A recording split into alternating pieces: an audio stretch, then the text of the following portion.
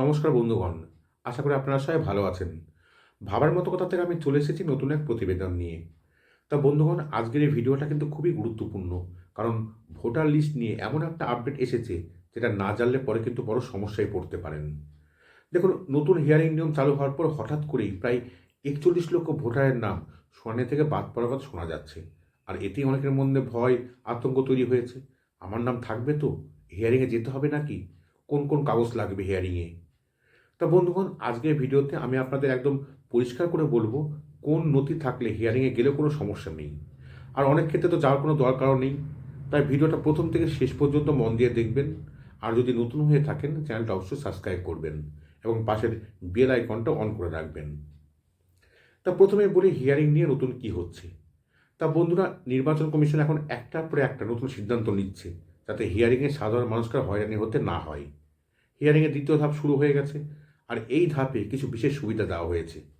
যেমন ৮৫ বছরের বেশি বয়স্ক মানুষ, গর্ভবতী মহিলা আর শারীরিকভাবে অসুস্থ বা চলাফেরা করতে অক্ষম ভোটার, এই মানুষদের হিয়ারিংয়ের জন্য শুনানি কেন্দ্রে যেতে হবে না। বিএলও, এআরও অফিসাররা নিজেরা বাড়ি বাড়ি গিয়ে হিয়ারিং করবেন। নির্বাচন কমিশন স্পষ্ট করে বলেছে, কোনো বিএলও যদি এই কাজ না করে তাহলে তার বিরুদ্ধে ব্যবস্থা নেওয়া হবে। আর এই কারণেই এখন গ্রামে শহরে বিএলওরা বাড়িতে গিয়ে ভোটার যাচাই শুরু করেছে।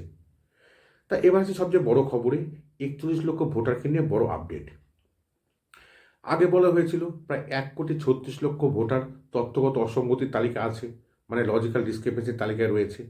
আগের সংখ্যাটা আরও বেশি ছিল, কিন্তু এখন নির্বাচন কমিশনের নতুন রিপোর্ট অনুযায়ী সেই সংখ্যাটা কমে দাঁড়িয়েছে কত?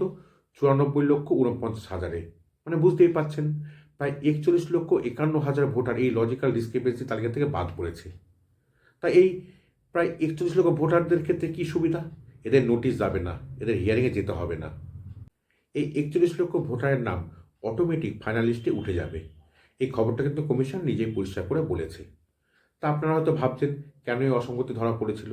অনেকে আবার প্রশ্ন করছেন, আমার নাম নিয়ে সমস্যা কেন হলো? দেখুন বন্ধুরা, কমিশন জানিয়েছে কিছু সাধারণ কারণে এই সমস্যা হয়েছে।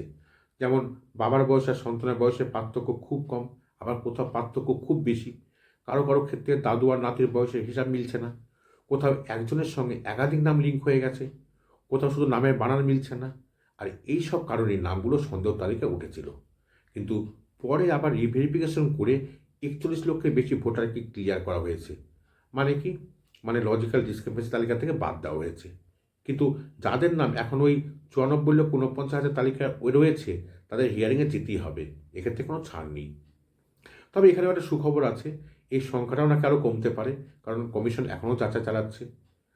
তা এবার আসা যাক সবচেয়ে জরুরি বিষয়টাই। অনেকে ভাবছেন আধার, জমির দলিল, রেশন কার্ড এগুলো দেখালেই হবে। কিন্তু বাস্তবে কি দেখা যাচ্ছে? জমির দলিল অনেক জায়গায় কাজ করছে না। তাহলে কোন কাগজ দেখালে কাজ হবে? Family register certificate. হ্যাঁ বন্ধুরা, এটাই এখন সবচেয়ে শক্তিশালী ডকুমেন্ট হিয়ারিংয়ের জন্য। নির্বাচন কমিশন কি বলেছে? ১৩টা বৈধ নথির মধ্যে এই ফ্যামিলি রেজিস্টার সার্টিফিকেট একেবারে গ্রহণযোগ্য। এবং হিয়ারিংয়ের ডকুমেন্ট, এই ডকুমেন্টটা দেখাতে পারলে নাম ফাইনালিস্টে উঠবেই, কোনো ঝামেলা হবে না। তা অনেকের মনের প্রশ্ন, এই ফ্যামিলি রেজিস্টার সার্টিফিকেটটা পাবো কোথায়? খুব সহজ।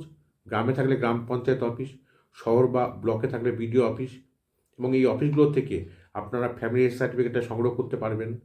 তবে এটা কোনো বেসরকারি কাগজ নয়, এটা সরকারিভাবে তৈরি হয় রাজ্য এবং কেন্দ্রের তথ্যের ভিত্তিতে।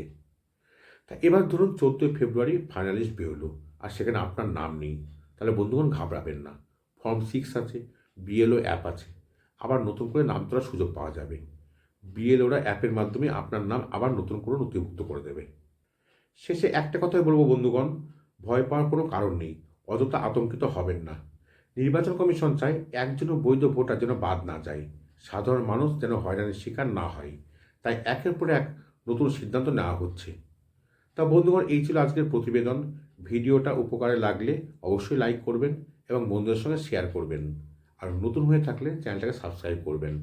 আবার দেখা হবে নতুন আপডেট নিয়ে। ভালো থাকবেন, সুস্থ থাকবেন।